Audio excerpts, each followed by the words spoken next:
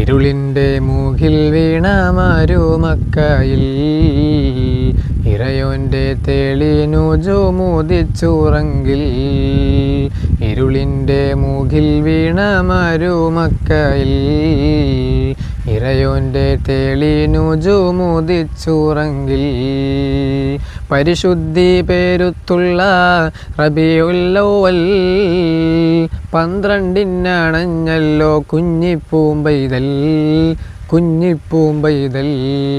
പൂമതി പാറിൽ പാല് തെളിച്ച് പൂമൈനക്കിളി പാടി മതിച്ച് പോകൃ നിൻ പുതുപിറവി കുറിച്ച്. ഇരുളിൻ്റെ മൂകിൽ വീണ മരുമക്കയിൽ ഇറയോൻ്റെ തേളിനു ജോമുദിച്ചുറങ്കിൽ.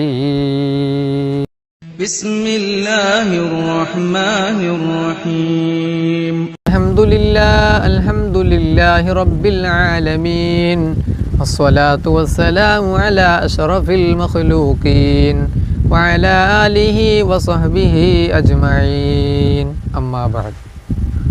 എൻ്റെ പ്രിയപ്പെട്ട സഹോദരങ്ങളെ, സത്യവിശ്വാസികളെ, അല്ലാഹു സുബ്ഹാനഹു വ തആല നമ്മളെല്ലാവരെയും കബൂൽ ചെയ്യുമാറാകട്ടെ.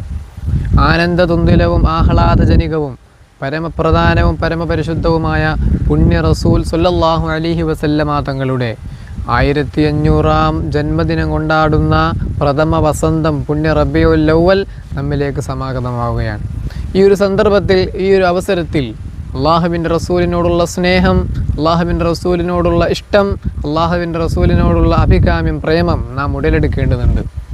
കാരണം അള്ളാഹുവിൻ്റെ റസൂൽ നബി മുഹമ്മദ് മുസ്തഫ സ്വല്ലല്ലാഹു അലൈഹി വസല്ലമ തങ്ങളെ സംബന്ധിച്ചിടത്തോളം മറ്റു പ്രവാചകന്മാരിൽ നിന്ന് വ്യത്യസ്തമായിട്ട് തൻ്റെ ഉമ്മത്തിനോട്, തൻ്റെ സമുദായത്തിനോട് ഏറ്റവും കൂടുതൽ അഭികാമ്യവും സ്നേഹവും പ്രേമവും ഉള്ളവനാണ് പരിശുദ്ധ റസൂലുള്ളാഹി സ്വല്ലല്ലാഹു അലൈഹി വസല്ലം.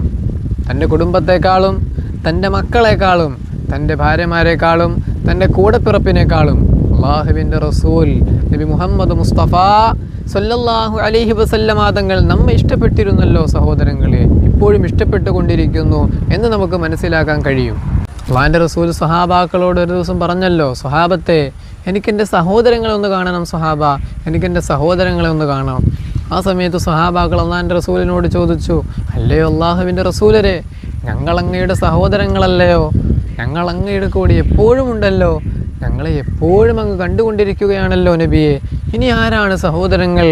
ആ സമയത്ത് അള്ളാഹിൻ്റെ റസൂൽ അവിടെ നിന്ന് പറഞ്ഞു, സ്വഹാബ, നിങ്ങളെൻ്റെ സഹോദരങ്ങളല്ല, നിങ്ങളെൻ്റെ സ്വഹാബാക്കളാണ്. അൻതും അസ്ഹാബി, നിങ്ങളെൻ്റെ സ്വഹാബാക്കളാണ്.